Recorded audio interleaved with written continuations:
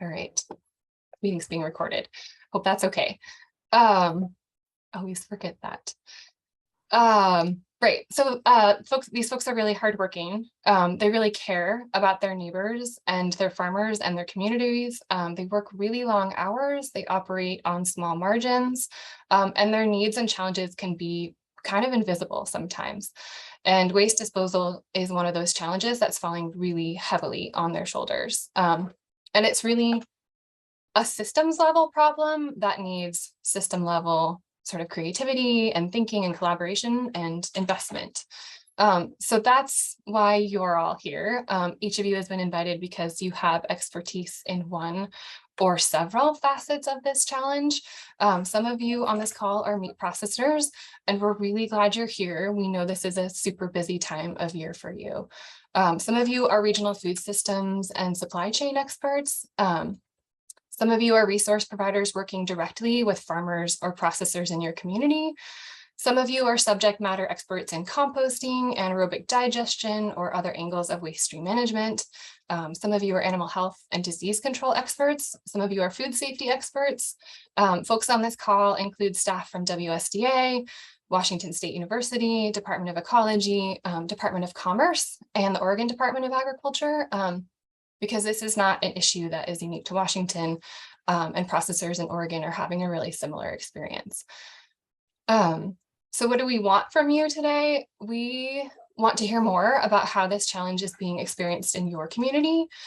We want to know what elements of this challenge we all need to understand better, and we want your good ideas on alternatives and solutions, and your creative sort of systems level thinking. But before we get to that discussion in the second half of the meeting, I just want to make sure quickly that folks know what WA Meetup is, and understand kind of why we're leading this conversation about waste. For folks who aren't familiar with WA Meetup, it's a collaborative effort founded by WSDA's Regional Markets Program and the WSU Food Systems team and some extension staff.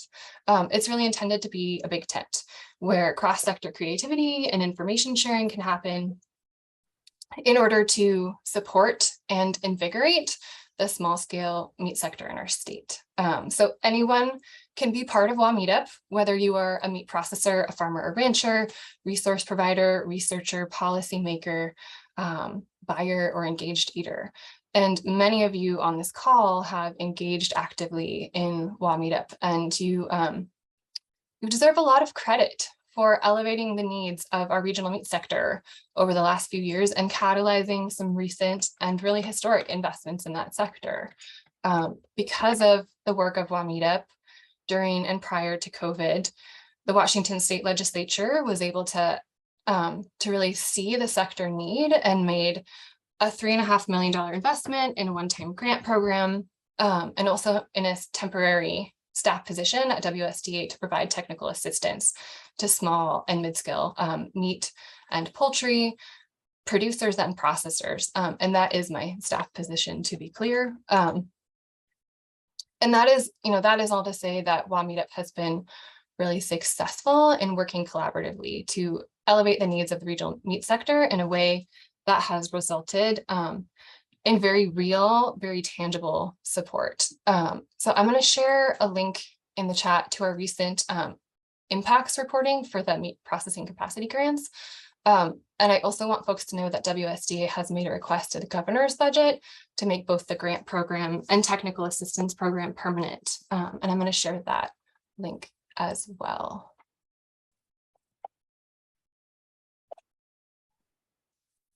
Okay, so I'm just going to talk for a few more minutes before we hear from a handful of experts whose work really intersects with meat processing waste.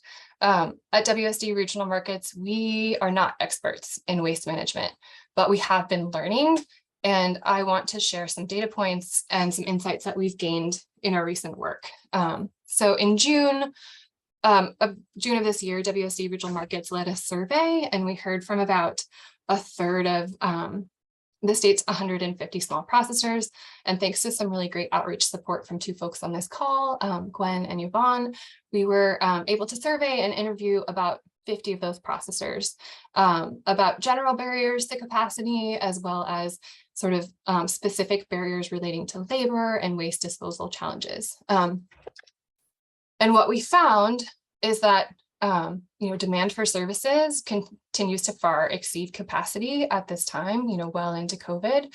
About 90% of respondents said that demand was exceeding capacity during peak season. About half said that demand during what was traditionally sort of the slow season for meat processing was exceeding capacity, and only 4 of those, about 54 respondents, indicated any real capacity to take on additional processing work. And the top barriers limiting capacity, not surprisingly, respondents indicated were staffing, freezer and cooler space, and ability to dispose of waste for the top 3 barriers limiting capacity. So turning a little bit to waste management and that challenge, as of June, 68% of processors surveyed were landfilling waste, either by self-hauling to the dump or transfer station, or through a local garbage collection service. And those who were self-hauling their waste to the dump or transfer station were traveling on average 48 miles round trip at least once a week. And the processors surveyed were disposing of an average of 6,000 pounds of waste per week during peak season at an average cost of about $350 per week in disposal fees. And half of respondents said that they had experienced a recent limitation in their access to waste disposal options. So to go into a little bit more detail there, many in Eastern Washington were impacted when Baker Commodities suspended their rendering collection services during COVID. Others have experienced that rendering collection services sort of reduced frequency or raised rates. Others experienced that the local transfer station stopped accepting their waste temporarily. Others are experiencing their dump or transfer station closing because it's becoming full, and now they're going to have to travel even farther to dispose of waste. There's a lot of challenges related to storing and disposing of waste in urban areas where a lot of sort of historic meat cutting shops find themselves.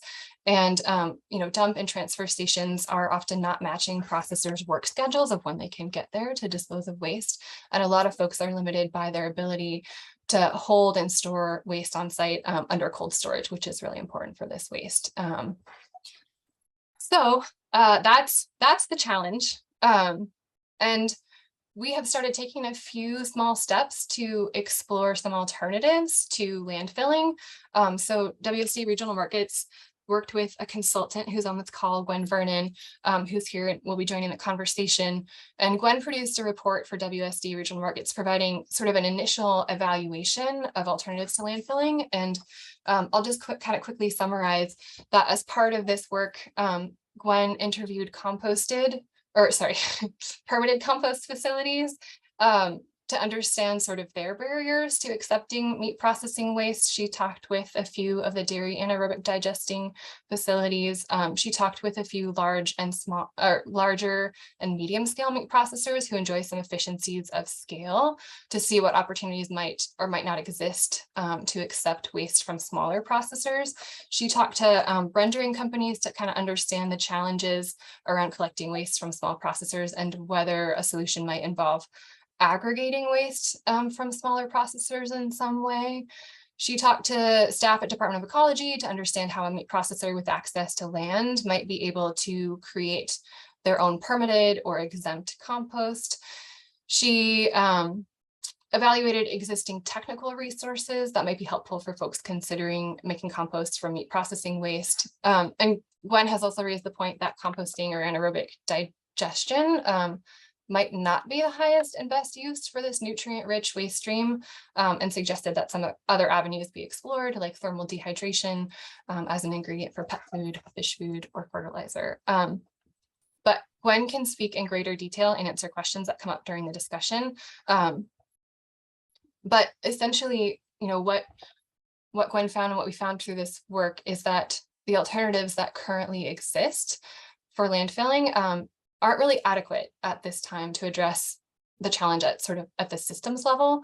The current alternatives if they exist in a region, are not really less costly or inconvenient for meat processors, and generally, can require significant initiative or sort of entrepreneurism from meat processors. Something that may not be a very reasonable expectation given all of the other challenges that meat processors have to juggle as part of their business and the work they do to serve their communities. Okay, I've talked for entirely too long, and I'd like for you to hear from some other folks, and I've given them all a heads up. So hopefully Gary, Amber, Mary, Sherry, and Rob, you're feeling ready for me to put you on the spot in that order to share the work that you do, how the work that you do intersects with this issue. So I have asked Gary Neuschwander from Oregon Department of Ag, who's working with meat processors across the border, to share what folks in Oregon are experiencing. So again, many of the processors in Western Washington and Oregon that were being served by DARPRO and Tacoma's rendering collection service suddenly found themselves in the same situation that Eastern Washington processors were in when Baker Commodities suspended rendering collection services. Gary, thank you so much for joining us. Yeah, it's good to be here. Can everybody hear me okay? Yes. I can't hear you. You can't hear me. I can hear you. Okay. I think you may have a slight delay, but I think we're good. Oops. Okay. So Still can't hear you. Oh no.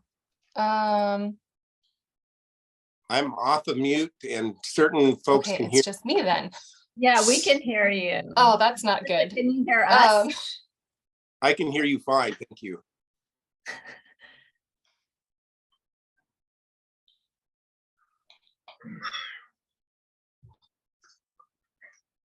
Alyssa, maybe you should just jump on and off, see if that helps. All right, I always- can hear you now. Thank you. Whatever. Sorry about that. Is No, that better? I can hear. I think it was my end. Thanks, everybody. All right. Well, anyway, I'm Gary Neuschwander with the Oregon Department of Ag. I work in the Trade Development and Marketing Office in Oregon. Listening to Alyssa, I'm reminded how similar Oregon meat processing and the concerns and barriers we have in Oregon are very similar to Washington. We have also implemented a grant program in Oregon to increase the infrastructure. And very similar to what we're seeing in Washington, the waste handling becomes a concern of most of our small and mid-sized processors. We've been looking for options in Oregon as well. One of the things is we're also implementing the state meat inspection program. So we've got more facilities that are upgrading and using the grant funds to upgrade equipment and safety and health in their plants and become certified. And that's also leads into waste management. And within that grant, there were several folks that have used that funding to address their waste management needs. A little bit of what we're doing here is working. I mean, we've explored many of the options that she's mentioned. Certainly a systems approach would be ideal, but there's a struggle to find something that'll really work. So one of the things we're doing is working independently with folks as they're implementing composting or water resource within their plant. And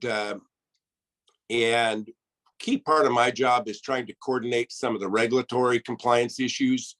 Seems to cross over between meat inspection, food safety, EPA, a lot of different requirements. And so as they work for solutions is trying to coordinate those and get answers that those that are willing to make the investments are navigating their way forward on there.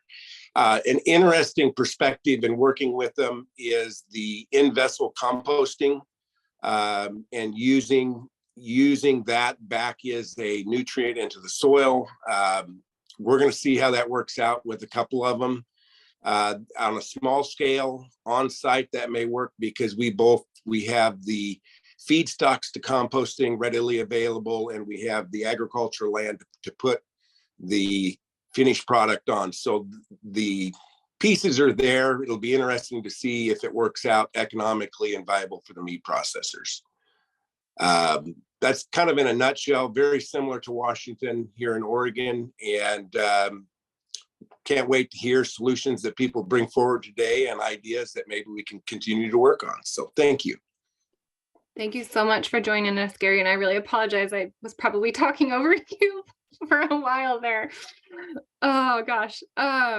We are also joined today by WSDA State Veterinarian, Dr. Amber Idle, whose team has been leading the agency's emergency response to livestock mortality events, which is, very sort of a similar waste stream, but to meat processing waste, but not in terms of frequency and sort of consistency of supply. So I just, wanted folks to know that WSDA has some great expertise, folks who are thinking about this issue and are going to join us for the conversation today. So Amber, thanks so much for letting me put you on the spot. Yeah, thanks, Alyssa. We really appreciate the invitation today. I'm just going to give a quick overview of some of the grants we've been working with to try to address this issue. We certainly don't have all the answers, but we are, hoping to contribute some solutions to this. At our state vet's office, one of our priorities for this year is response preparedness. And the one way we do that is through these NADPREP grants. And they are the National Animal Disease Preparedness and Response grants that are provided through the Farm Bill. There's a series of trainings and preparedness that we're always working to do. And one of those is certainly dealing with mortality management. It's something that we worked on hard this year. So for 2021, 2023, one of the projects that got pulled together was the mortality management grant that WSU, WSDA, and WSU Extension worked on together. And Rachel Wymie's on this call, and she really led this. And I just want to make sure I give her a shout out because she really made this thing happen. So Rachel, thank you for your work on this. And we also worked on a small farm biosecurity grant with WSU Vet Med Extension, Colorado State, and UC Davis to address some of the mortality management issues on small farms. And so I'll go into those. And these are just a series of additional NADPREP grants that we've applied for this year as a continuum of our kind of response and preparedness piece. Now, when I talk about response and preparedness, a lot of what we learned from that also feeds into offal and offal management and also mortality on farm and how to dispose, because a lot of those resources or the way that we'd approach some of those issues are going to be the same. And so the first thing I wanted to point out is that the first grant that we worked on with the Farm Animal Risk Mitigation, Prepare, Prevent, Evaluate. This is certainly disease oriented, which everybody on this call can benefit from, whether you're dealing with a disease on your farm, you have a mortality event on your farm, or you're processing and you have a mortality or you have offal to manage. So I just wanted to make sure folks knew about this website. And the website is here in the bottom left-hand corner. There's a series of webinars that address biosecurity and break it down into pieces. And one of those webinars is on mortality management specifically. So if you're interested in this topic and you want to get more information, here's a place that you can go and get that right away. So Dr. Craig McConnell from WSU Vet Med Extension and I presented on this together in the spring, but it's recorded. And it provides an overview of both necropsy and then also disposal methods and what might work best for you on your farm or in your processing facility. Now, this next piece, the NADPREP Mortality Management Grant that we did this year, in this slide, Rachel, again, credit to you. This is Rachel's diagram here, or her advertisement for the training that was put on this year, and she really took the lead on this.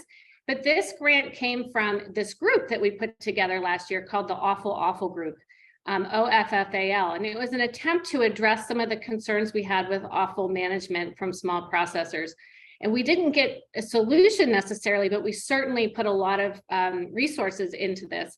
And so what we were able to do is secure almost $200,000 last year to put on a train the trainer carcass management training on farm, where we were able to train 60 subject matter experts from the Pacific Northwest. And these are some of the folks that showed up to those trainings. They were 2 3-day trainings that were put on hands-on. Rachel built the piles. It was amazing. So I think, composting is certainly something we're going to have to look at in the future when we're thinking about offal management. We also have Chuck Matthews on the phone from Department of Ecology, And he is also a tremendous resource and has been deployed with HiPath AI and is a subject matter expert. So happy to have him as part of this group as well to make this very successful. I just wanted to make sure folks know that we have a lot of new mortality management resources available. The grant is coming up with those resources, updating them and tailoring them specifically to the Northwest region. And then these will be all kind of put into one place through the WSDA website. And we're still working on that now. And Aaron Coyle is leading that effort as well. We also have, here's some more resources for you that I can share afterwards, or we can put into the chat for you. These are some of the types of resources that will be available, you know, how to build a pile, how far away they need to be. This is a brand new routine animal mortality carcass disposal manual that's on our website now that gives you kind of a high level overview of how to deal with mortality here in Washington State in order to meet the Department of Ecology and Department of Health requirements for management. And then here's a mortality management map that we have. This has your carcass disposal options for animal mortality events. So this would have your landfills, crematoriums, other resources. And what Aaron and Chuck and Rachel are working on right now is overlaying a carbon source map onto this. So if you choose to do composting, you know where you can get carbon sources, depending on the time of year and what's available and what might be close to you, so that you're able to engage in that type of technical resource and be able to do that well. So we do have, 60 subject matter experts now trained. I would say that Chuck is our #1 expert, as well as Rachel Wymie, and also Lynn Carpenter-Boggs from WSU. They're soil scientists and are great resources in our state. And that's all I have today. Thanks for the time, Alyssa. I appreciate you allowing us to give you a high-level overview. Thanks so much. Thank you so much, Dr. Ardle. That was really fantastic, and really grateful for Aaron and Chuck and Rachel and Lynn for also joining this call, who are part of that team, who have so much expertise.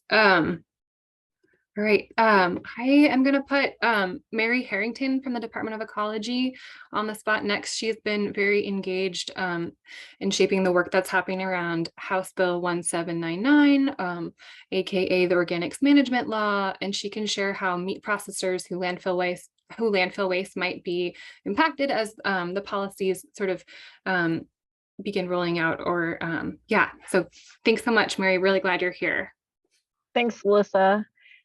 Happy to talk real quick about House Bill 1799, which we are now calling the Organics Management Law, since we have a new legislative session approaching. We're trying to get off using the number. The meat processing waste as part of House Bill 1799 is considered an organic stream, and there's a real big push to get organics out of landfill disposal by 2030. We're supposed to have 75% of organics diverted from landfill disposal. So in combination with that directive to get that material out of the landfill, we also had a couple years ago House Bill 1114, which resulted in the Use Food Well Washington plan. And that was really an effort on our part to identify different ways that we can manage organic streams for better end uses. And while according to the waste characterization study from 2020 to 2021, the offal and carcasses was just around 2,500 tons. So not the largest component, but definitely a very valuable resource that we have better uses for. We are in the process of identifying the barriers that we have seen processors identify, and that includes the centralization of processing leaves everybody vulnerable when one of those processors goes down, as you just mentioned, the facility in Tacoma burning down as opposed to closing down during COVID, but it's the same type system where we have to really figure out how to decentralize the processing and make it easier for processors to manage their material, but also to find beneficial ways to use it, whether it's in animal feed or energy recovery or composting. These are all options that we have, and we will be working on that to try and get that material out of the landfill and into beneficial end uses. And I'm happy to answer any questions if anybody has any questions for me about 1799. I'm sorry, the Organics Management Law. Thank you. Thanks so much, Mary. I got to watch a really detailed presentation that you gave at the TILT conference, and my takeaway was that as the policies are being sort of formulated, that there will be a lot of consideration taken for folks who might not have access to another alternative to landfilling. So folks in rural communities where there might not be a composting facility available, there will be potentially, exemptions for folks in those situations. And simultaneously, efforts will be underway to invest more in composting facilities across the state, as well as developing markets for the compost. So that was those are sort of my takeaways. I came away from your presentation feeling like quite a little bit relieved about sort of the impacts of this policy, and just knowing that folks are taking into consideration, all the different impacts that it might have. But yeah, I'm really glad you're here. I'm sure folks will have additional questions for you kind of in the discussion section, which we're going to get to real soon. But first we're going to hear from Rob Duff, who works for the Department of Ecology. And I've asked him to come and introduce himself and talk a little bit about his work. He leads the Industrial Symbiosis Program at Department of Ecology. And we reached out to him as Gwen was wrapping up her evaluation of alternatives to landfilling. And as we were sort of coming to that conclusion of this is really a systems level problem, or opportunity, however you consider it, but it does need sort of systems level creativity and thinking and investment. So really glad that Rob is able to hop on the call today.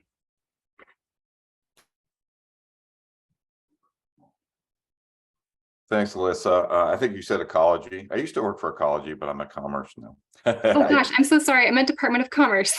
No, I know you did. So yes, as Alyssa mentioned, part of the reason I'm here is because both Alyssa and Laura had recognized possible linkage to this brand new industrial symbiosis program. I'll put that website in the chat, so I'm not going to do a plug for that, but it's a brand new program created by the legislature, basically looking at ways to repurpose industrial waste. And this is nothing new in many industries, especially agriculture. I noticed Georgine is on here. Washington State University is actually looking specifically at industrial symbiosis opportunities in agriculture. And it's not surprising that agriculture would be a big focus for us. So naturally, we started, when we were told about this problem, we decided that we want to do a little research for Laura and Alyssa on possible ways to help with the issue. There seems to be different. I mean, I don't know a lot about this issue, only what Alyssa and Laura told me so far, but it's possible that there could be some support, and it doesn't necessarily mean it's coming from industrial symbiosis program. There's other programs, there's lots of different money avenues, especially now with all the federal money that's coming in through the infrastructure bill and the Inflation Reduction Act. So Commerce is interested in helping, and one of the possible ideas that popped up is there a grant, a specific need that would fit in one of these state or federal grants that actually could defray some of the cost of any of these solutions. And we've talked lots of different things about drying the offal, about moving them to anaerobic digesters. There's lots of hurdles on all of this stuff. We even talked about processing. We know fish waste is very efficiently processed on the coast, and that took some doing. There were some hurdles that Ocean Protein had to overcome in order to do that. And these are just examples of operations that had to overcome these types of problems. We talked to people that are in the know about all of those things, and hopefully Commerce can not only bring some new information to the table, but if there is a pathway that seems viable, maybe there's some assistance, either state or federal, that could be brought to bear. So I think that's why Commerce is here, and we will remain interested in partnering with the Department of Agriculture. Thanks. Thank you so much, Rob. That was great. Great. So I think we're ready to open it up for group conversation. I think I'll ask folks to use the raise the hand feature, and then I'll call on you. So if you have questions for any of the folks who just spoke. That's great. And then I have questions for all of you, to answer in pieces or however you see fit. Again, I'm really wanting to understand how this challenge is being experienced in your community or in your work, and what elements of this challenge do we need to understand better, and what are systems level sort of alternatives or solutions, what kind of investment or infrastructure might be needed. I'd also like to know who else you think should be part of this conversation. So I'm going to put those questions in the chat. And yeah. Not seeing any hands, but if folks want to chime in. What was that? I guess I'm just asking a question. I don't know what I'm asking. Hi, Paul. Glad you're here. Yeah, thanks for joining us. What's your question, Paul? And just so folks I just like to get everybody's contact to be able to understand. I mean, they all got interesting things on it. I'm just composting 130,000 pounds a month of product. I mean, and just trying to get better at it all the time. So you're looking for sort of specific technical assistance around? Well, yeah, I'd like to see some things that are being done, just to understand how it's all being done. I mean, there's many ways to do it.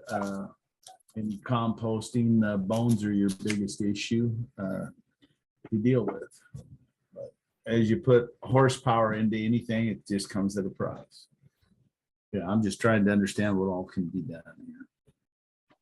You bet. I think Patrice might have had a question sort of along those lines around what sort of grants or supports might be coming down the pipes. But go ahead and if you want to ask that question.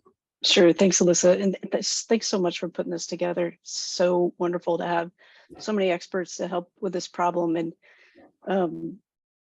it sounds like it's complex enough that we don't have a knee-jerk immediate response or funding response. I know that the processors I work closely with, the Mars office in Snohomish County, are using one of the recycling businesses, Gwen, that you listed and discovered in your report. So thanks for that. But they don't take fat. And so, just like Paul was mentioning about bones, it's like, oh my gosh, then there's just fat. And so they'll take, meat trimmings, but they won't take larger portions. And so what I'm really also wondering about is as the legislation moves towards limiting landfill organics, is really a coordinated response so that there's either an exemption for meat processors to continue doing that if facilities aren't in place, or just widespread some kind of workshops of how do we have massive composting for the facilities that exist. So I'm just trying to look at how do we really focus some of this, as are all of you, in getting solutions that are going to work on the ground sooner.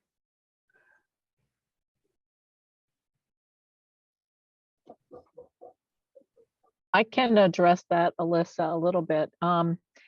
As I just put in the chat, the food center has been established by House Bill 1799, the Organics Management Law, and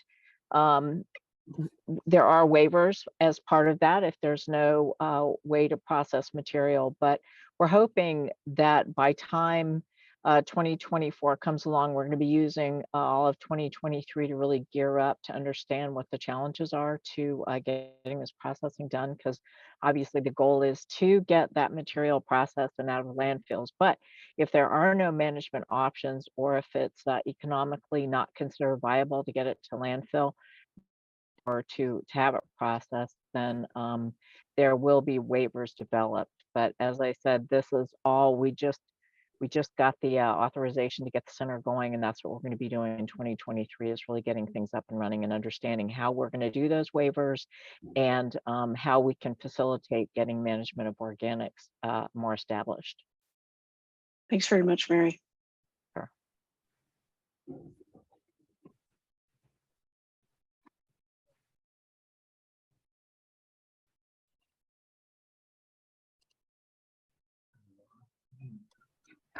I know we have some processors on this call. Do folks have anything that they would like to share about sort of their experience with challenges around waste management? Well,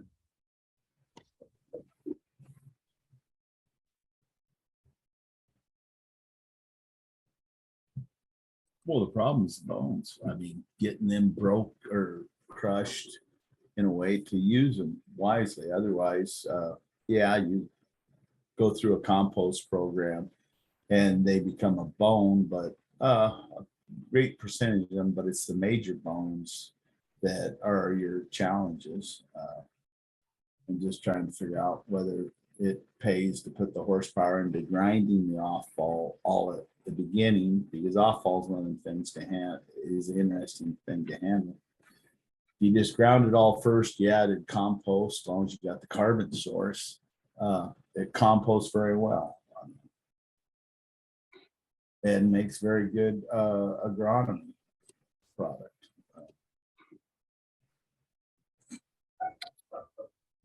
Keith, Nance, I see that you're also on the call, and I know that you've done a lot of thinking around this issue. I was wondering if you could share sort of your experiences and sort of alternatives that you've explored in Odessa at limit bid. Sure, Not to good put you morning. on the spot. No worries. It's probably just a similar process to everybody else. The challenge we've got, Paul's like doing some great things there in Moses Lake. It's just a process. We need to figure out how to use the end product. I think is one of the bigger ones. I know that Paul's probably putting it back on, agricultural land and some of those things. But is there a revenue stream coming out of this on the other end? What are some opportunities to talk with municipalities and some of the high carbon material they have coming off of like tree debris and lawn debris and some of those things, and how we start putting some of those partnerships together to utilize that high carbon material. We're probably pretty fortunate being out in Odessa. We've got a lot of wide open spaces out there, so we don't have as much concern as neighbors as far as neighbors and stuff go. But Paul's very right. How much money do you put into this thing? How much horsepower do you put into getting a system that's actually repeatable and actually hopefully a revenue stream and not a cost? I think it takes a pretty big punch of finances to get that done at scale. I think a lot of people can talk about little pieces here and there, but to make it worth the time and effort, how does this get done at scale? Currently we are hauling it. We're actually picking up enough business. We're doing twice a week now and going to landfill.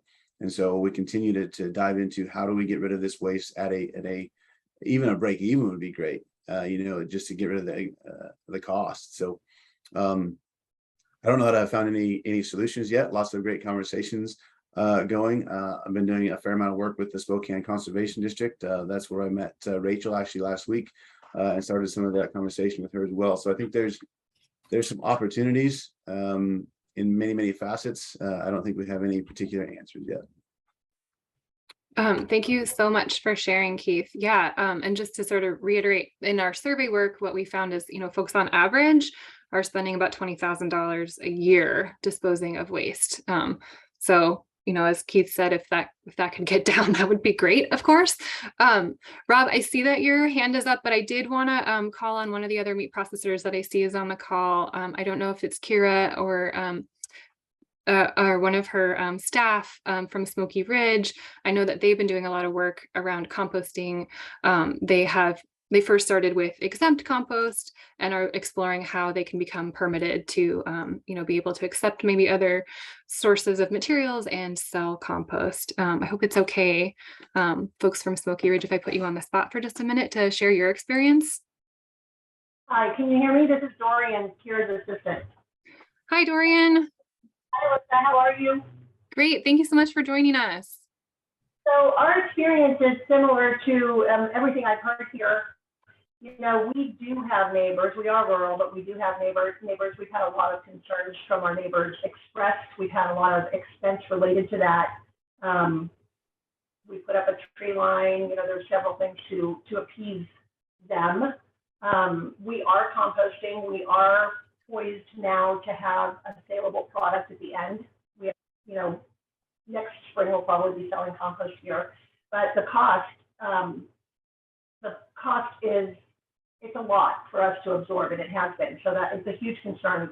We're not even sure we're going to keep doing it. If there were an alternative, we'd probably take it. So that's where we're at right now. We've been doing it, I think, on an exempt permit for maybe 3 years, Nick, is that right?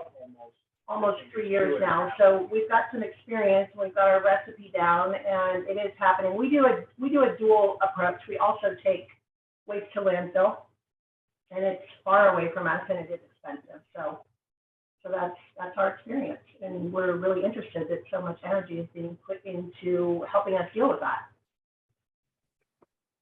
Thank you so much for sharing that. Rob? Yeah, thank you. I appreciate the problem of scale. That's often one that kills good ideas like this for second use. I had my basic question before I get to that on composting. A lot of work going on compost odors now with passage of House Bill 1799. And Mary knows all about this, and so if there's odor as part of the problem with composting for some of you guys, hopefully there's some ideas that might have cheap controls, and we'll see about that, I guess. But my question is, all right, what happens to this waste for the big processors that don't have a problem of scale?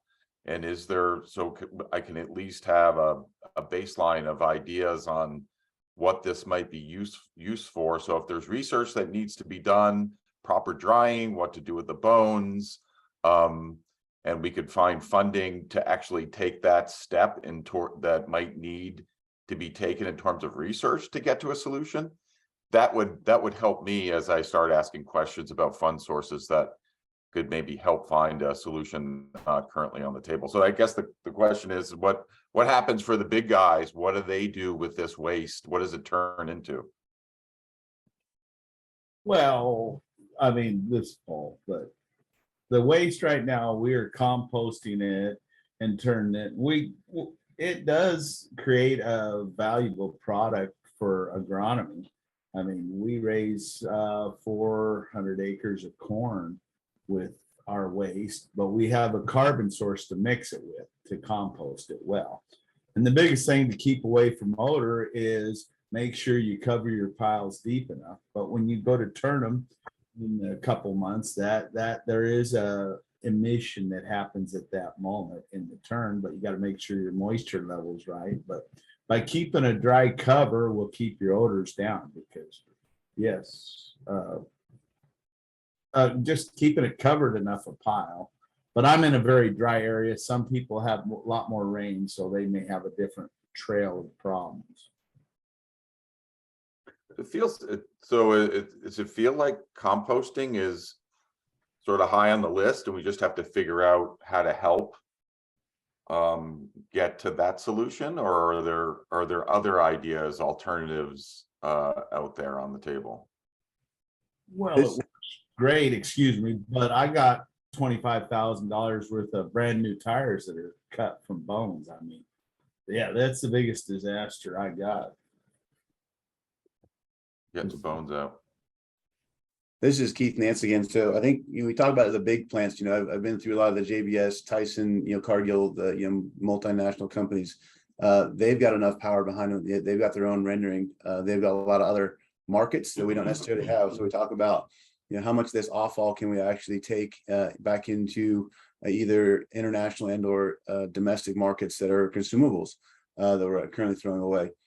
Even down to the hides. There's a big movement from some major textile companies wanting to get back to more regenerative sources of hides and how we use that kind of stuff. So that's a challenge though, because at the smaller scale, we can't supply enough to some of those big markets, and so there's some challenges there. I currently in a plant in California right now that we just purchased this last year. We've got some more scale here, and it's opening up some additional markets to capture some margin on more offall pieces, so we can decrease the amount of outflow, but there's still that subset of just non-consumable. The other option that we're exploring again at scale is pet food. How do we start processing some of that stuff into pet food, green tripe and some of those things, and bone crushers and some of those things that actually get into a larger a fresh pet food market. So there's certainly some other opportunities out there that the big guys, as Paul talks about, have more horsepower to get some of those things done. So that's probably the biggest difference between, you know, the big scale capacity plants and the small plants that a lot of us are talking about. Thanks so much, Keith. And I did just want to sort of echo what Doreen mentioned about the experience at Smoky Ridge is, yes, they want to compost, preferably someone else is composting, and it's a service that they can use. You know, it's just one more challenge layered on to many hats that small processors have to weigh. So I would just sort of say that seems to be things that that seems to be sort of a consistent piece of feedback is, you know, wanting access to composting, not wanting to feel like that's something they have to take on. I do see someone's hand up, CMAT 461. I don't know who that is. Chuck Matthews. Oh, great. Hi, Chuck. Yeah. Just wanted to make a couple of observations. One of the things I have looked into as we started conversation about the small processors and some of the disposal needs is I did look into viability of some centralized locations, and you know, at the end of the day, establishing a compost operation that would serve a region as opposed to trying to look at it on an operator by operator basis. Speak with some experts over in the Moses Lake area. It's really an economy of scale. It is, there are expenses that come up that have to be weighed, involve transportation. Obviously, that's a huge one, no matter what you do with this material. And then, you know, the big operators, from what I've been told, there's really a strong reliance on a third party coming in to deal with mortalities at some of the large facilities, and as well as some of the production waste. The trend, I think, that has gotten a lot of attention is grinding material, and this goes to the bones that one of the processors mentioned. There's a lot of research around the country on using grinders before building the compost piles, and that makes a huge difference. I wasn't prepared to bring up some of the pictures, but we did build piles at WSU Puyallup this past summer, where both ground whole carcasses of cows, as well as composting of whole carcasses occurred as part of the training that we did. I think one of the things that you take from that is the initial construction of the pile is perhaps the biggest consideration for whole carcasses, or in the case that we're talking about dealing with offal and production waste. Having a base that really allows the air into the piles is a huge deal. We had whole cows in a pile for approximately 3 months, and when we screened it about 3 or 4 weeks ago, that area of the pile literally came out with just about half a dozen recognizable bones. We weren't, in full disclosure, we weren't picking everything out that came out of the overs part of the screen, but the bones we did find were very brittle and would take very little, if this material ended up on a field somewhere, would take very little to be incorporated either through tillage or other agricultural practice where there's going to be some mechanical impact to the bones that we did find. The lesson, though, is if you build a pile well out of the gate, those large bones do disappear pretty quickly. And what's left is something that really isn't an impediment to the use of the material on agricultural land.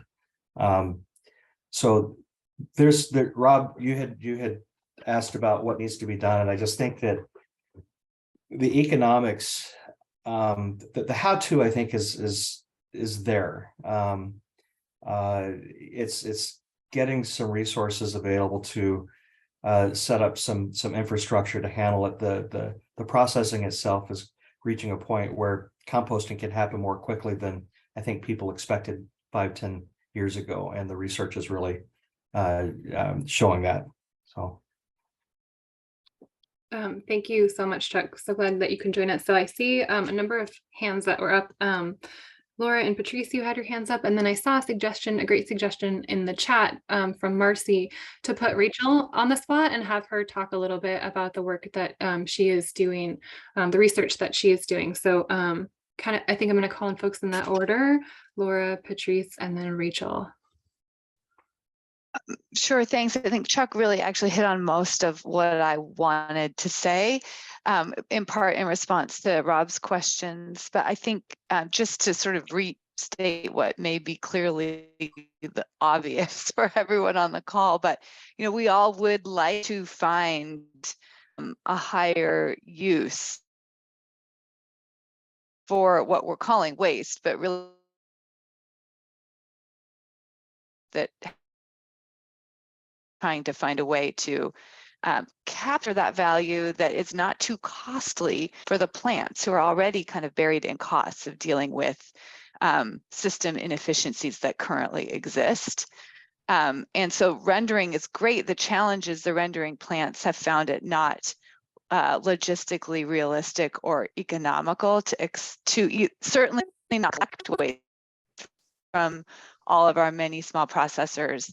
And I think, Gwen, part of what you learned in your research was also actually it's not logistically or economically effective to even accept waste from a variety of suppliers.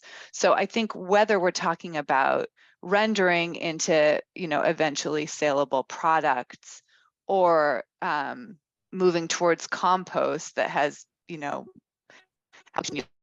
or maybe resale value, we have this very large issue of logistics and the cost of those logistics. So I think, there's Chuck hit on that a bit, but I think this is sort of where we're getting at the systems challenge. And that's where I think we have some work to do. So Rob, it's not necessarily technological research and innovation, but there might be some kind of economic business model studies.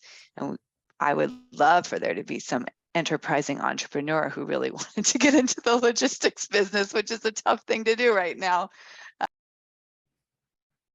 Can I add something to that real quick, or do you want to go? Yeah, no, you bet, Gwen. Thank you, Laura. So yeah, one of the things that I so Baker Commodities said, hey, if there's a processor who wants to bring together other smaller processors' waste and be kind of the collection facilities or their collections point, and coordinate all that and coordinate all the payment, and they can get 30,000 pounds in a week and it can be frozen, then we'd entertain coming and picking that up. But they don't want to, they don't want to do the logistical part that you just mentioned, Laura. So it would have to be, a separate thing. So that would be my addition to what you just said. What's the Department of Ecology say on people taking other people's waste if they're composting it?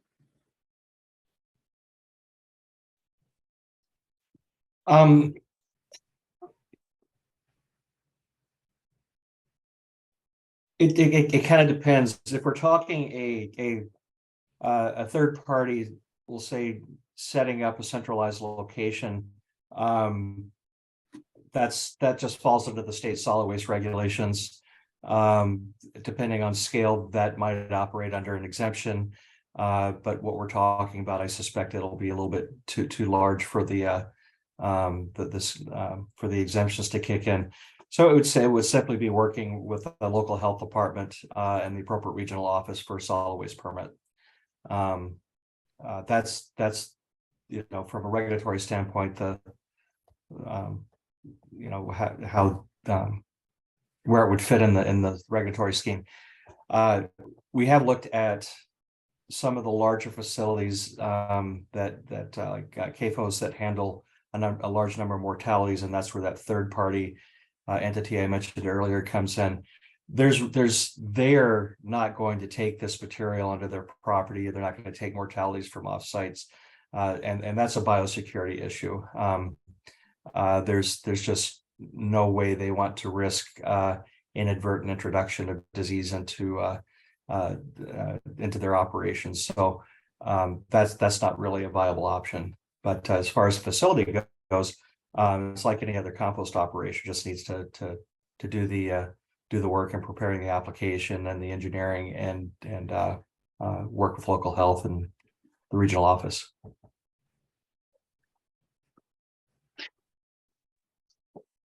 Alyssa. Oh yeah, go for it, Patrice. Okay, great. I was going to say, Chuck, you like Laura, you answered several of my questions, but I have two more now, which is it's great to hear that folks are doing windrows. Is anyone doing digesters? And is there, can your research group assist operations with additional research at this time, and or with technical assistance basically to get started, and or is there funding to study, say, Smoky Ridge's work to help extrapolate to others? I'm only aware of one digester that had been dealing with this type of waste. It was more mortality introduction than processing waste, but still it's a similar, obviously similar material. That digester had a failure unrelated to the feedstock. I'm not sure if they're back online. There's a large digester planned for Longview that is probably under development in large part to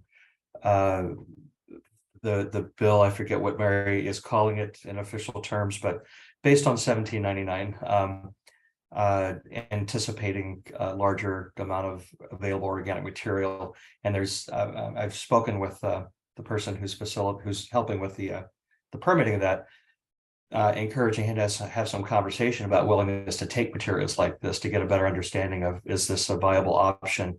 Again, it's going to be a regional option. Transportation at some point is going to make it not really viable, but it is in an area where there's a lot of production, so that might be an option. There's also a lot of large scale composting that's under development for the very same reason. And so there might be an opportunity for connecting processors with this material with those developing facilities. They're probably a year to 2 years out and going live. But I think having the conversations while they're being designed and developed could be really helpful to bring some certainty about what might be available going forward. Thank you, Chuck. Rob, did you have something to add? Yeah, just on anaerobic digester. So me and Laura and Alyssa had a conversation with Steve Vanderhawk, who's been in digesters for a long time, dairy digesters up in Whatcom County. The hurdle for him, and he was not saying this would work. I mean, good digester maintenance. You have to pay attention to what you're putting in there, right? And you have to pay attention to the digestate that's coming out. But one of the hurdles he talked about was the brain and the bone, and because they want to maintain the ability to land apply the digestate, and like Chris was mentioning, there's concerns about BSE or other pathogens, and so that was one. He didn't say it wasn't possible, but there would need to be some processing, and that as I'm sure the owners could tell you, it's like, okay, well, that's going to be a huge cost. I don't know if we can pre-process and then still cart it how many miles to an anaerobic digester. The good news, I would say, is digesters are expanding. Like Chris mentioned, he's talking about Divert and Longview, which is going to take waste from supermarkets, not only take the waste, but get them to stop sending some of it, which is remarkable for a company that's their source, because a lot of it doesn't need to go to them. But there's just an example of more and more AD units, I think, are going to come on, which then maybe you start to think about spoke and hub, you reduce that transport cost. So this is what I'm talking about of like, is there help that overcoming hurdles? Like if we dry all the material with dryers, right? And then is it easier to transport? And does that take care of the concerns about brain and bone into an anaerobic digester? So anyway, I think digesters should still be on the table for this. It's good to hear that there's some success on composting, and maybe Commerce can help make that better, right? Not necessarily deep research like Laura was indicating that we may not need that, but how do we make something that's already somewhat viable better, or a completely new pathway like AD units? So anyway, Commerce is interesting in helping whatever folks think is viable. That's great to hear. Rachel, Wymie, are you still on the call or did you have to hop off? Oh, great. Hi. Hi, everyone. Yeah, well, I mean, happy to answer questions if they come up more, but Dr. Idle and the project that Chuck has mentioned it too, that is the same project that I worked on. So I don't know what more there is to say about that, I guess. If there were specific questions, yeah, I'm happy to answer those. But yeah, thanks for the shout outs and the coverage so far. I'm happy to just be like hearing more on this topic and this conversation. Rachel, this is Keith Nance. I got a question for you. Yeah, so you were at the conference last week, the Farm and Food Symposium in Spokane. How important, we talked about the agronomy side of this outflow. How important is the biology in the soil? We talked about the bone management, some of those things. The biology in the soil actually being very, very active is, I assume, and this is just an assumption, that very active biology in the soil is going to help break all that product down and actually make better use of it. Is that correct? Yes. Yeah, I would say yes. I mean, it's both. That's the beautiful thing about compost, right? Is that is a source of bringing that biology back into the soil to begin with. It's, having that good kind of inoculation of the biology that comes with the compost, and can then continuing to having a good biologically active system in these regenerative systems that we were talking about at that conference last week. Then we'll also, continue to make good use of any other materials that are added to it. So that is, I will say, that is a part I'm really excited about too, hearing this conversation, is looking for those opportunities to really close the loop and getting this finished material, this compost, back out to other systems, that kind of really create this whole loop of, the systems. Alyssa, I am not sure in Zoom how to share my screen. I have just very quickly just about 4 photos from that project that Rachel was just talking about that I think will give you a little bit better idea of the end product that we created up there. What do I do here? Thanks so much. So I just made you a co-host, so you should now be able to share your screen. Okay, and go on. So at the bottom of your Zoom screen, there's like a bar of little icons. Share screen. Okay. Perfect. Okay.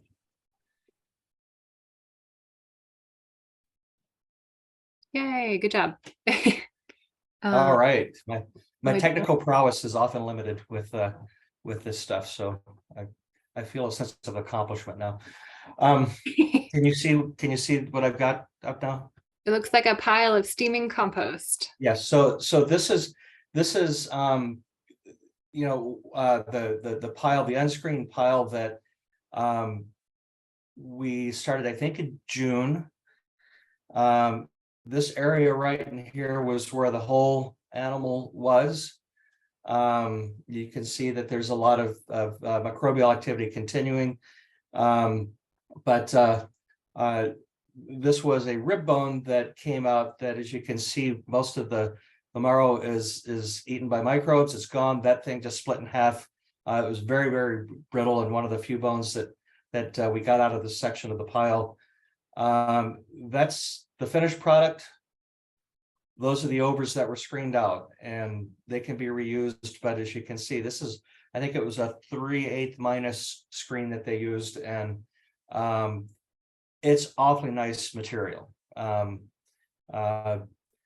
I am hoping to be able to send some off for analysis. I've gotten the green light to pursue that. It's just I need to make sure that, given the handling, that what we ask for is going to give us some valid results. But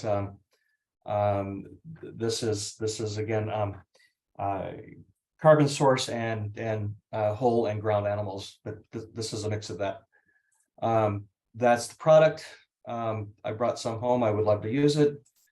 And these are the few bones that we got out of it. That's the rib bone right there. But we were looking as the overs screen was depositing on the ground and found very, very few bones in the finished material. And this was from the area where the whole cow was. That would have been after roughly 3.5 months. So if done right, a lot of the concern for the bones does diminish. It's really how you start your pile and cover the pile that makes a huge difference. So I just wanted to toss that up there. I see that Lynn Carpenter Boggs has a question for you, Chuck. Well, Hey, Lynn. not so much a question, but just Oh. an addition. So in those materials, the large majority of the mortalities that went into those were ground. It was Tom Walter and his crew that was doing the grinding, and there was some trial and error on getting the equipment to function really well and get the right teeth going. So the bones that were found, I believe we only ended up with one cow and one horse that weren't ground. Right. The others were ground well. So the pieces coming out of that were, for the most part, no more than about 1/2 inch. But yeah, it definitely makes a tremendous difference if grinding is allowed and used in the speed of the composting and the breakdown of those bone shards. The limits to grinding really have as much to do with whether there's a disease response occurring, an potential aerosolization. But for routine stuff, it's pretty amazing. But as was stated earlier, the costs, anytime you're handling the material, the more steps involved or the more cost is involved. But at the same time, the speed with which the compost occurs, it's I've not penciled it out. I don't know. People much smarter than me are going to have to pencil it out eventually to understand where that line is.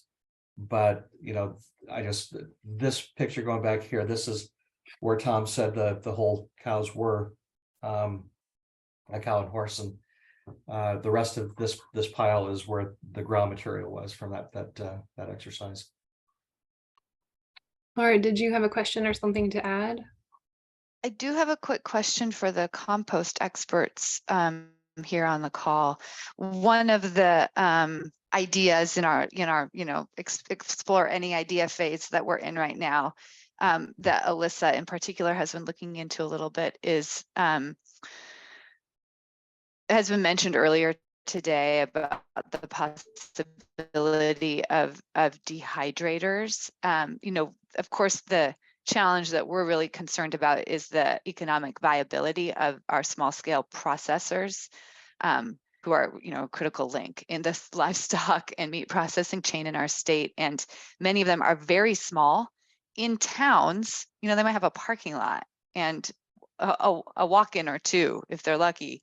So the reality of storing and transporting really heavy wet waste that needs cold storage is a big challenge. So we were looking at, what is a distributed way to respond, and looking at some somewhat affordable, like in the scheme of things, affordable dehydrators that might be a potential addition to a small plant's process.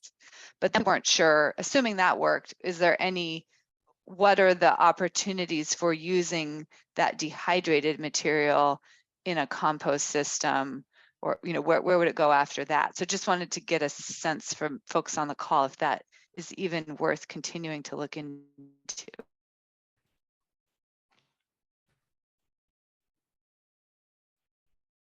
Yeah, Lynn. Yeah, I'll take a shot at that. So I'm not sure that research has been done on that, but partial dehydration would probably be okay, but not full dehydration. Once meats get really dry, they do have to get moist again to biodegrade. So you'd have to, re-soak them or put them into really moist material afterward, or if they're going into an anaerobic digester with high water content in that would probably work. Thank you. What kind of grinder did they use when they ground those carcasses? I was curious of that. It was a large grinder, horizontal belt feed.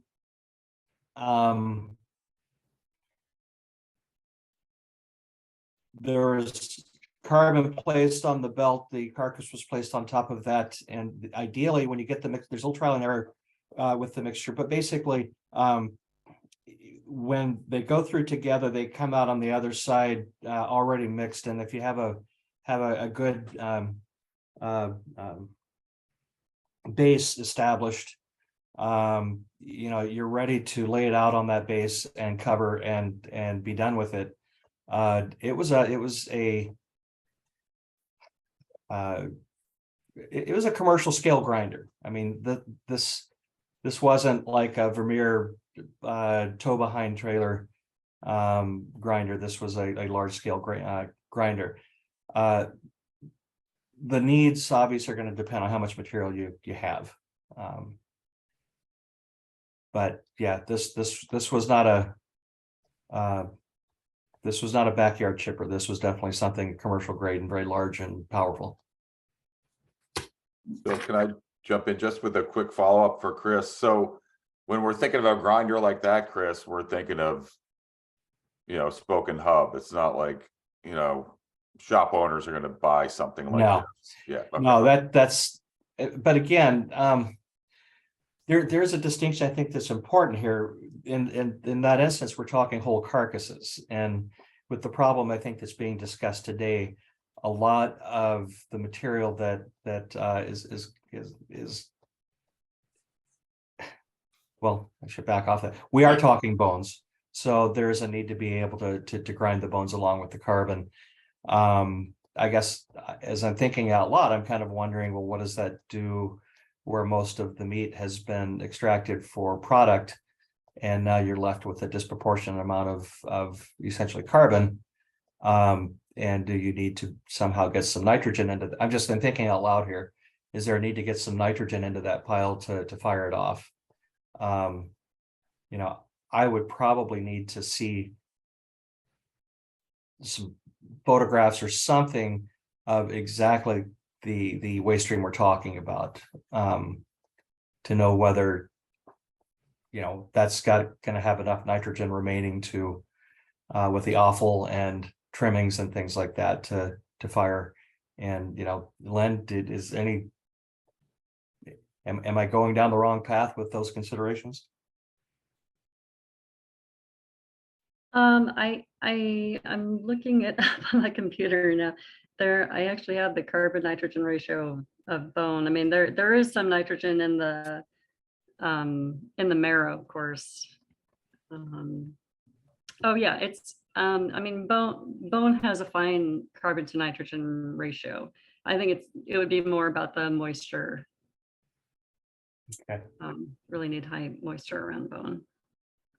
Well, it all depends whether the processor is one that's just processing meat where he has some fat and slight meat scrap and bone, or he is a packing plant that kills animals and harvests them and has the guts, because then you have a huge amount of moisture that goes with that. Mhm. Product. And then you need a huge carbon source to blend it with. Often is the case. Yep. So it's been a great discussion. I'm so glad that there are experts on this call who can really sort of dig into those details. We are sort of coming up on time, and so I want to start wrapping up. I did just want to throw out a thought to Rob's question about sort of additional research, because this is something that Sarah Smith, who's on the call, has sort of brought up in previous conversations about composting. Is how to handle or what research has been done around the breakdown of specified risk materials in compost, like prion diseases. I know that's sort of a concern about compost materials where they might be applied on pastures, and there's concerns around prion diseases, and just wondering if there has been research done around that, because I know traditionally, at least what most shops have indicated is that they have to separate out, brain and spinal materials for the renderer, like those specified risk materials are not accepted for rendering, and just putting that thought out there, that's probably could be similar for composting. But yeah, I think folks are probably needing to get back to all of their other important work. I really just want to thank everyone for being here. I do just want to check in with Gwen, who instigated a lot of this really great conversation, and ask if you have anything to add or any sort of takeaway thoughts from listening to today's conversation. I don't have anything to add. I think I learned more from others than what even though I can add some things onto the report now. I just think what would be the best path forward or paths forward in terms of where to go next, and it seems like a lot of that came out. So. Yeah, complicated issue. Oh yeah. This is Amber. Hey, just real quick from the prion disease standpoint. So part of our training that we put together that we keep talking about, we did have a subject matter expert that works on CWD, which is a prion disease, that talked about composting and the challenges with that. I think the reality is most of the rules that were made either with the local level or state level around prions and composting and or rendering or going through a digester was based on, mad cow, which was a long time ago, and it's a really rare and sporadic disease, and we really shouldn't put so much emphasis on that anymore. So the research has been done, but the risk isn't there. And so, we're a scrapie-free state. We don't have that prion disease in our sheep and goats. We do surveillance on that. We haven't had a mad cow since 2000 and what was that? 13. It was 20 years ago, 2013, I believe. So it's been a long time. I think the prion thing has been here, done that. We just need to get the rules changed at the local level to make it more amenable for our processors. You got to get FSIS to change their rules too on that. Thank you so much for sharing that, Dr. Idle. That's really great information to have. Yeah, just want to invite anyone else to speak up as we prepare to hop off. Any closing thoughts? How do you get a hold of Chuck? I'd like to talk to Chuck. Chuck, would you like to drop your contact information in the chat?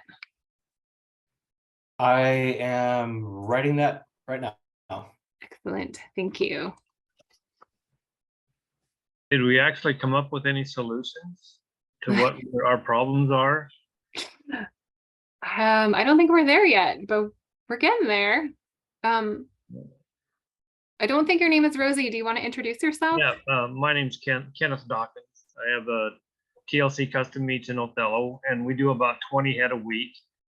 So we have probably close to 13,000 pounds of material to dispose of a week. We do use a local transfer station right now.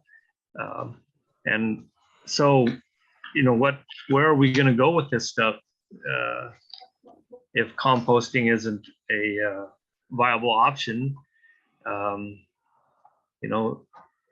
Do do we drop our numbers so that we can find land that we can do composting on? I mean, it's not like we all have 350 acres or something to compost and dispose of this material on.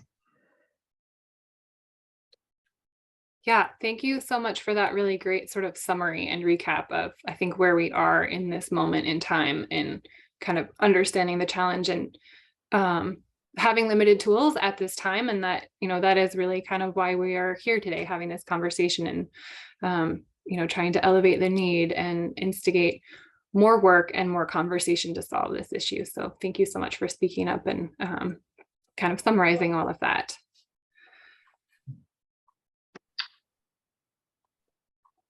The rule goes into effect January 1st as far as the transfer station or the to dispose of the waste. Mary Harrington, are you still on the call? Do you want to speak to sort of the rollout of House Bill 1799 or the Organics Management Law?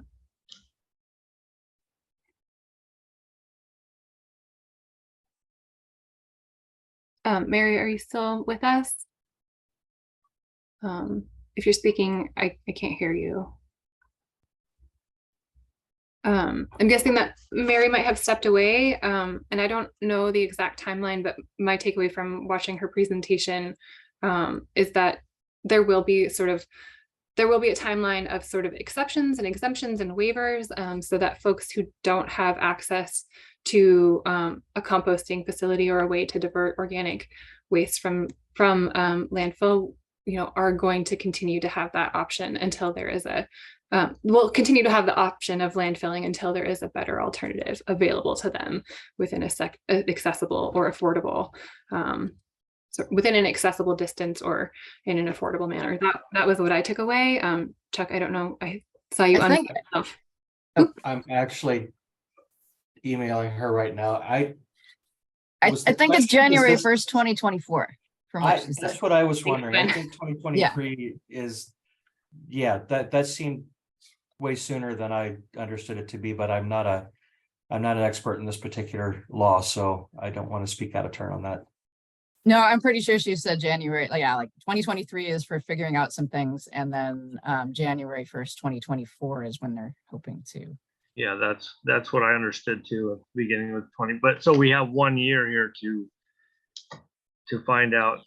It's not something that's going to shut down in 3 months or something that we're going to have to find a alternative in that quick a time. But we have 1 year then. Yeah, that there's a year plus what's remaining here, but there's also part of the process, as I understand it, is that I think, as was noted, there are areas.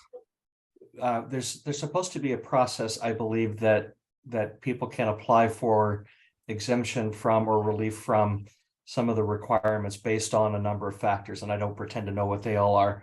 But even if we get to January 1, 2024, certain regions of the state may be in a position to ask for relief from those requirements. But that's where those areas are and what's required. That's a crystal ball I don't have. Is that already written into the bill, or is this something that they need to amend on this bill? I want to be real careful in how I answer, because again, I'm not an expert on the bill.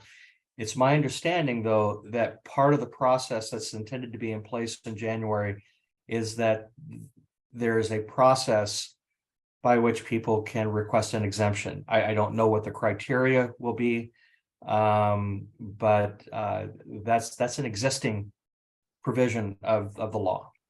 Okay, is my understanding. All right, thank you.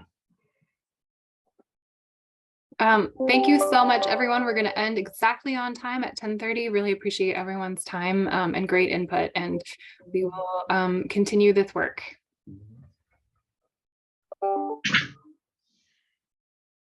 Thank you, Alyssa. Thank you. Thanks, everybody. Thank you all. Thank you. Have a good day. Thank you, you as well.